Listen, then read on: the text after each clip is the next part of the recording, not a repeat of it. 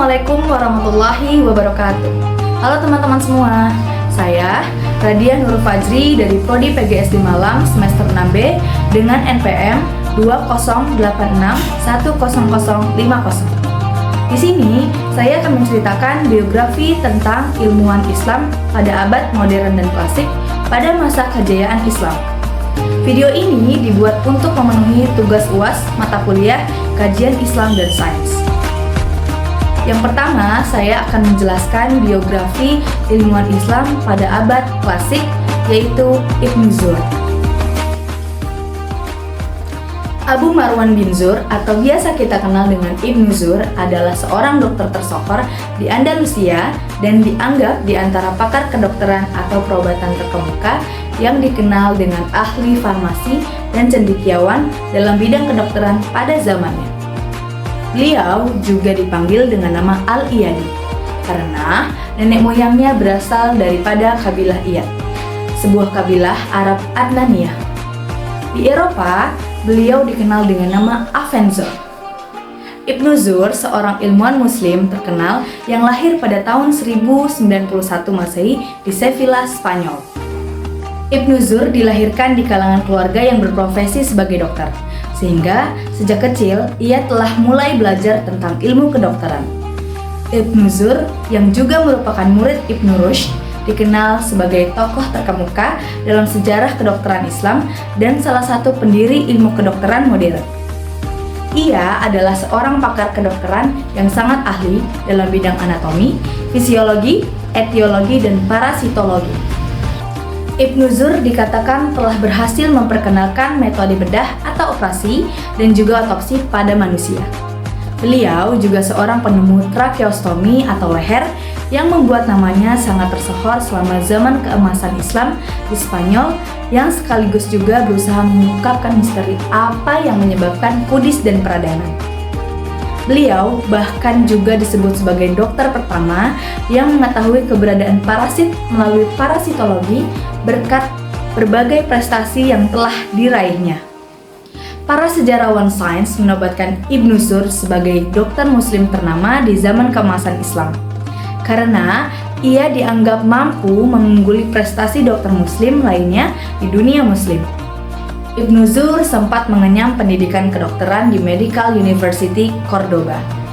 Ibnu Zur meninggal dunia di kota Sevilla pada tahun 557 Hijriah atau 1162 Masehi pada usia lebih dari 90 tahun. Meski begitu, ia tetap dikenang dan namanya tetap abadi. Ibnu Zur meninggalkan beberapa buku kedokteran penting bagi peradaban manusia modern seperti kitab At-Taysifri, Al-Mudawwat, wa At-Tadbir atau perawatan dan diet. Selanjutnya, saya akan menceritakan biografi tokoh ilmuwan Islam pada abad modern, yaitu Al-Khawarizmi. Al-Khawarizmi memiliki nama asli Muhammad ibnu Musa Al-Khawarizmi, yang merupakan seorang pria kelahiran Bukhara serta bertempat tinggal di Khawarizm yang saat ini merupakan daerah Khiva, Uzbekistan pada sekitaran tahun 780 Masehi, dan beliau wafat di Baghdad pada sekitar tahun 850 Masehi. Al-Khawarizmi adalah seorang yang ahli pada bidang astronomi, astrologi, geografi, serta utamanya ialah bidang matematika. Beliau dikenal sebagai ahli di bidang matematika karena beliaulah penemu angka 0 dan juga aljabar. Al-Khawarizmi juga dikenal dengan nama lain yaitu Abu Abdullah Muhammad bin Ahmad bin Yusuf Al-Ahawizmi, Al-Ghorizmi, Al-Khawarizmi, serta beberapa nama lainnya yang dinamakan oleh orang Barat. Tak heran, orang Barat menjulukinya sebagai Father of Algebra atau Bapak Aljabar.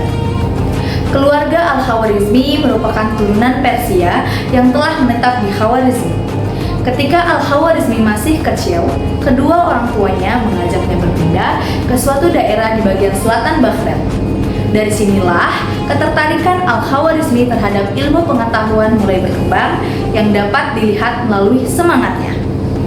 Hingga pada akhirnya ketika beliau menginjak usia remaja, diangkatlah beliau menjadi salah satu anggota Bait Al-Hikmah yang juga biasa disebut sebagai House of Wisdom atau Rumah Kebijaksanaan pada masa kekhalifahan Harun al-Rasyid pada tahun 786 sampai dengan 809 Masehi.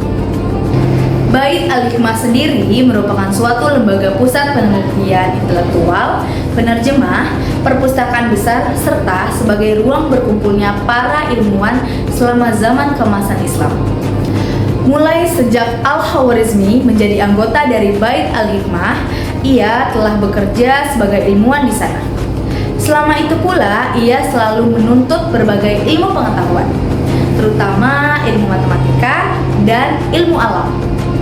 Ia pun merupakan seorang yang sangat terbuka terhadap berbagai sumber ilmu pengetahuan dari manapun ilmu tersebut berasal, baik dari India, Yunani, maupun Romawi, yang pada akhirnya membuatnya menjadi seseorang yang selalu mengabdikan dirinya kepada ilmu pengetahuan dan juga riset keilmuan. Selain itu, beliau juga dipercaya sebagai pemimpin perpustakaan khalifah. Al-Khawarizmi juga mempelajari beberapa bahasa seperti bahasa Yunani dan bahasa Sanskerta yang disebabkan karena kecintaannya kepada ilmu pengetahuan. Selanjutnya, ketika beliau telah menguasai bahasa-bahasa tersebut, beliau mulai menerjemahkan beberapa buku, layaknya buku ilmu astronomi yang berasal dari negeri India dengan judul Siddhanta, yang beliau terjemahkan ke dalam bahasa Arab. Lalu terdapat pula buku tulisan Ptolemaeus, salah seorang ilmuwan Yunani yang berisi ilmu geografi pun berhasil beliau terjemahkan. Dari kemampuan berbahasanya tersebutlah yang menjadikan Al-Khawarizmi menjadi semakin hebat dan cemerlang dalam berpengetahuan dan pemikirannya. Keterbukaan Al-Khawarizmi dalam mengadopsi berbagai sumber ilmu pengetahuan membuatnya dapat melahirkan berbagai karya yang masih digunakan hingga saat ini. Di antara karyanya tersebut yang paling terkenal ialah Alkitab Al-Mukhtasar fi Hisab Al-Jabr wal Muqabalah, The Book Compendious Book on Calculation by Completion and Balancing, yang merupakan sebuah buku karya Al-Khawarizmi yang di dalamnya telah tercipta pemakaian sekans dan tangents guna menyelidiki astronomi dan trigonometri.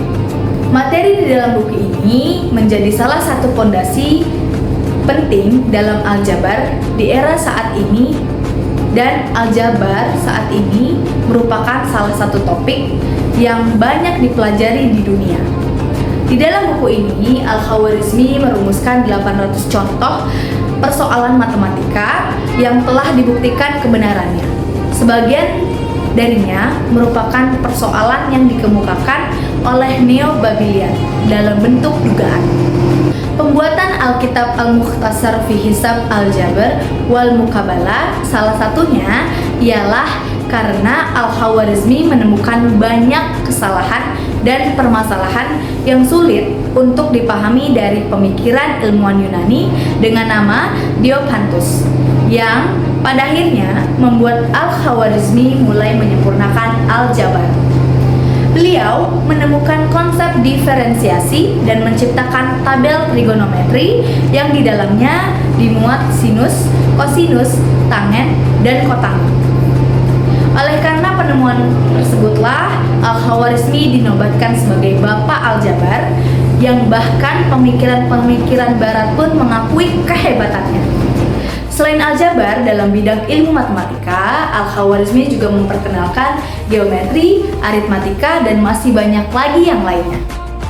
Al-Khawarizmi pun juga terkenal dalam bidang ilmu falak atau biasa disebut sebagai astronomi, yang merupakan ilmu dan yang mempelajari benda langit dan fenomena alam yang terjadi di luar bumi, termasuk fenomena di atmosfer atas bumi yang berasal dari angkasa seperti meteor dan aurora. Berikut adalah cerita singkat biografi tentang tokoh ilmuwan Islam pada abad modern dan klasik pada masa kejayaan Islam.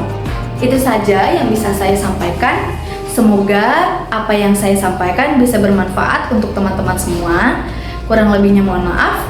Wabillahi taufiq wal hidayah. Wassalamualaikum warahmatullahi wabarakatuh. Sampai ketemu lagi.